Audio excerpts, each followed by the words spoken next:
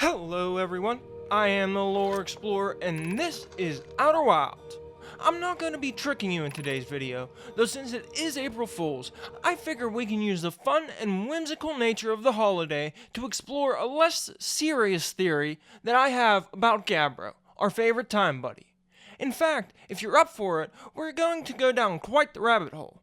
Ever since I learned Gabbro wrote the quantum poem, I've had a theory. Well, more of a conspiracy theory, really, about them and if they could maybe know a little more than they are telling us. As always, this video will contain endgame spoilers for Outer Wilds. So, let's just dive in. I think everybody can agree that there's something off about Gabbro.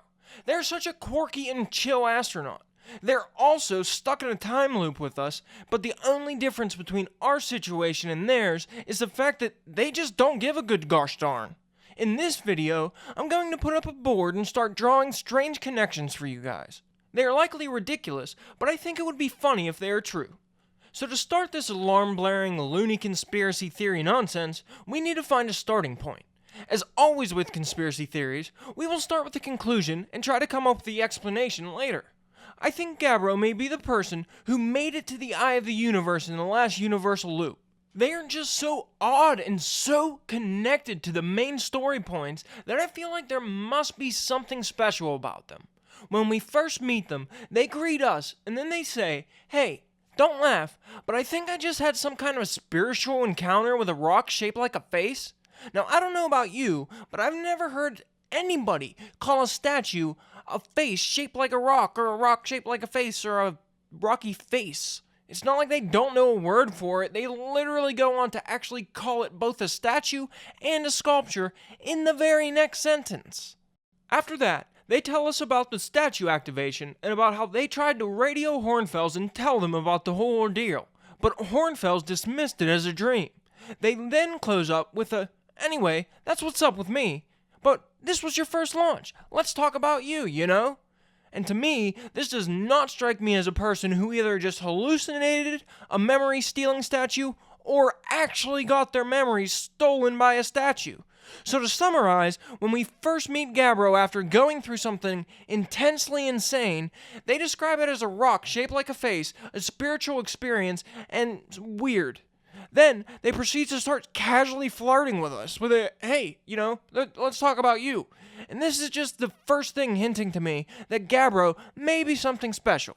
Next up is after we die for the first time and the time loop actually activates. When we talk to them again, they start out the conversation with, "Okay, here's a weird one for you. I think I may have just died. Do you remember, dying a few minutes ago?" Now, this isn't all that weird in and of itself, but when we respond, "Yes, we do remember," they say, "Okay, cool, that's what I thought."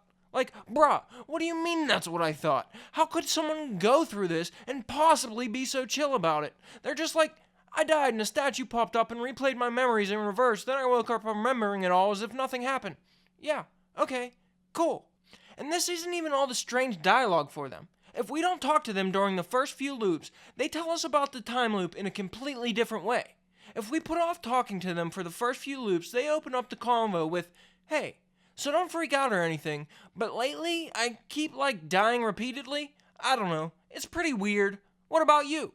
After all of that, you can't look me in the eye and tell me there isn't something off about Gabbro. But all of that is kind of silly stuff that can be explained away by Gabbro just being a ding-dang weirdo. What really surprised me during my first playthrough is how Gabbro, through all of this weirdness, is the only Hearthian who almost immediately understands all of the most complicated stuff in the game. Not only that, they seem to do it right away and just intuitively. After our second death, we can come back to talk to them again to get even more strange dialogue, but this time, they essentially explain the whole time loop and its mechanics in one paragraph. They figured out that this is some kind of odd time business, and the other Hearthians don't remember anything by the next loop, even if you tell them about it. Gabbro has already deduced that if someone hasn't interacted with the Nomai statue, they won't be included in the memory transfer. So almost right away, they were able to figure out that the statue takes our memories and allows us to keep them through whatever time nonsense is going on. And this isn't the only thing that Gabbro seemed to just intuit. In the Harthian Museum, we can find a quantum shard exhibit. The shard disappears and reappears in one of 3 locations. The Harthians are certain that it's an optical illusion of sorts causing this, but Gabbro insists that all 3 of those stones actually exist until one is observed, and only then does it collapse into a single certain state. And they aren't just taking a wild guess here. Somehow they just know. They are able to utilize their understanding of quantum behavior to create a quantum poem composed of 4 lines. Not only does the poem, tree, and light all teleport from location to location, but the individual lines in the poem change order every time you read it, which is what allows it to be 24 different poems in one. Now think about that. They were able to use the nearby stone to entangle a particular tree which had a poem on it, but somehow they were able to get the individual lines of the poem to latch onto a tree and change order when they were looked at. We don't even really see the Nomai doing something like this. Gabbro understands quantum behavior so well, they got it to follow a pretty intricate set of rules. This knowledge is something unique to Gabbro, and something that makes them stand out a lot to me. But something else makes this poem significant as well. The endgame is a pretty crazy experience to say the least, but the first time I played the game, something really stuck out to me. The quantum poem that was on Timber Hearth shows up during our time at the Eye of the Universe, and whether or not we found Gabbro's poem, we find ourselves within the ancient glade that this poem was written about, or at least a heck of a coincidence. I couldn't get this poem out of my head, and I thought maybe it had something to do with unraveling the entire mystery of Outer Wilds. After looking into it, somebody told me about how Gabbro wrote the poem and that we can actually go talk to them about it. When we do, as you may have guessed, it results in some weird dialogue. We tell them that we found their poem, and they go, "Oh, yeah, the one in the woods. I remember writing that." Like, bruh. How could you not remember writing that? You just casually cracked the secrets of quantum behavior, revolutionized the entire Harthian artistic community overnight, and you almost forget about it? You're just sitting back thinking about how when you're done exploring, you're gonna make a sculpture that will scare everybody. You just gotta love it. But I just really can't shake the significance between the fact that the poem is written about the ancient glade, and at the end of the game, we found ourselves in the most ancient glade of all. And that brings us to the most important thing in my opinion, and that's the fact that no matter what Gabbro goes through, they're fine with it and just the most chill being in the universe. A statue steals their memories, and they're all, "Hey bro, a rock shaped like a face just made some serious eye contact with me." A cyclone comes by and throws their entire island out into space, and they're just kicking it in a hammock relaxing, not even missing a single note in their song while doing it. They find out that the sun is exploding, and they're trapped in a time loop for eternity, but they simply just don't give a good gosh darn. And when we ask Gabbro about this, they are able to teach us about a deep breathing exercise that allows us to meditate until the next loop. Now, I don't know what kind of deep wisdom Gabbro has, but it must be deeper than a well in the Mariana Trench if they're able to teach someone who's staring down the barrel of a supernova to just close their eyes and successfully clear their thoughts. Honestly, the only thing that I can think of that Gabbro could have told us is that the universe is cyclical, that there is going to be another universe pretty soon, and in a few billion years, when the time is right, we will live another life. One where we know just a little bit about the inner workings of the universe. Why, you ask? Because we had just a little bit to do with the possibilities that led to this one. That's how they know about the ancient glade, that's how they know about quantum behavior, and that's how they know that no matter what happens, we can just close our eyes, take a deep breath, and everything is gonna be fine.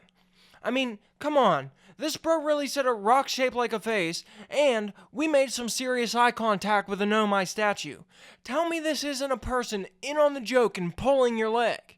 But I think I've made myself look crazy enough for one video. I figured this would be a fun little theory that I could share on April Fool's Day and not be considered too crazy. I totally wrote this as a goof and don't secretly take it as headcanon. Not at all. It's not like I'm obsessed with Outer Wilds and connecting every little thing I see until my head starts to hurt or anything.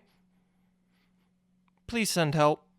Anyway, it's not a theory that I take too seriously, but for some reason, I can't help but shake the feeling that there may just be something more to Gabbro's character than they'd like to share with us. Let me know what you guys think about my giant rabbit hole in the comments below. I dug it myself. If you guys got a kick out of the video, or maybe even thought it made some sense, consider hitting the thumbs up button and subscribing to the channel. It's free and easy, and it lets YouTube know that my content is worth showing to more people. If you want to support the channel a little more directly, you can consider applauding the video or becoming a member. Membership is a $2 monthly subscription that gets you perks on the channel as well as the Discord. I try to put all that money into improving the quality of the content and the channel, so I really appreciate any support. Which leads me directly to my ever-present thank you to the members here on the channel. You guys really give me the energy to get an idea on March 30th, write, capture gameplay, record audio, and edit it all together by April 1st local time for April Fool's Day. You guys make it fun and exciting to share these videos and the passion I love with you, and I can't thank you enough. As always, this is the Lore Explorer, hoping now that I got this harebrained theory off my chest, the nagging thought will go away. And sort of hoping that now you guys have some nagging thoughts too. Thanks for watching, and I hope to see you in the next video.